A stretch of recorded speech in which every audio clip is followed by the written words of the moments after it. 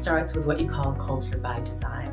And that is hiring the right people from the very beginning, training them for success, and creating this caring culture where there's empowerment, where the cast members feel empowered to make decisions on their own, and they're also rewarded and recognized, right?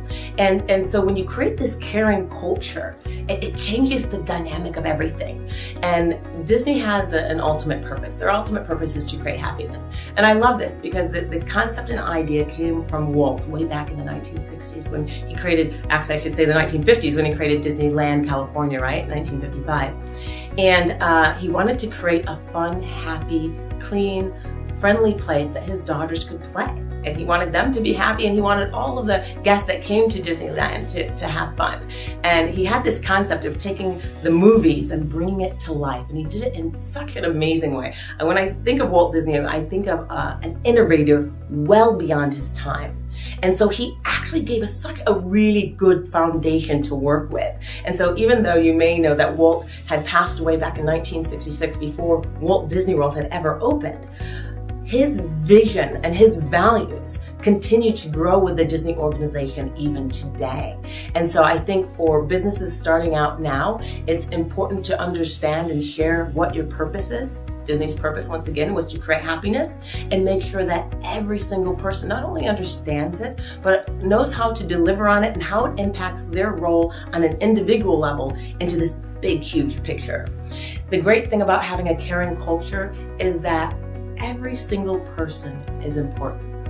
Whether you're in animation, front desk, bell services, custodial, housekeeping, every single position in that organization is important. And when the moment you're hired, you know that you are valued and respected, and you are part of creating this amazing experience for the guest. And so the Disney culture does what I love. I call it catching people doing things right. And when I talk to other businesses, how often are they looking to, oh, you shouldn't have done that, or that was a mistake. And instead of focusing on the negative, they focus on the positive. How can we capture these people doing something right and reward and recognize them for it so they'll do right more often? What great business values and concepts should translate to other businesses. So most importantly, always articulate your vision. Make sure that your vision is constantly changing and evolving, and that your employees get it and they know how to deliver on it, and they understand the ultimate purpose. And I think this is extremely important because there is no one, I shouldn't say there is no one, there's lots of people, even now as I hear young folks going into business. There's a lot of people that say, I say, well, why do you want to go into business for yourself? Oh, I want to make a lot of money. I want to be a millionaire. I want to be a rap singer. And what they have to understand is, what is your higher purpose? Because if your ultimate goal is just to make money, you may have short-term success. But if you have a higher purpose, like Walt did, which was to create happiness for people around the world, then chances are this small vision may become massive.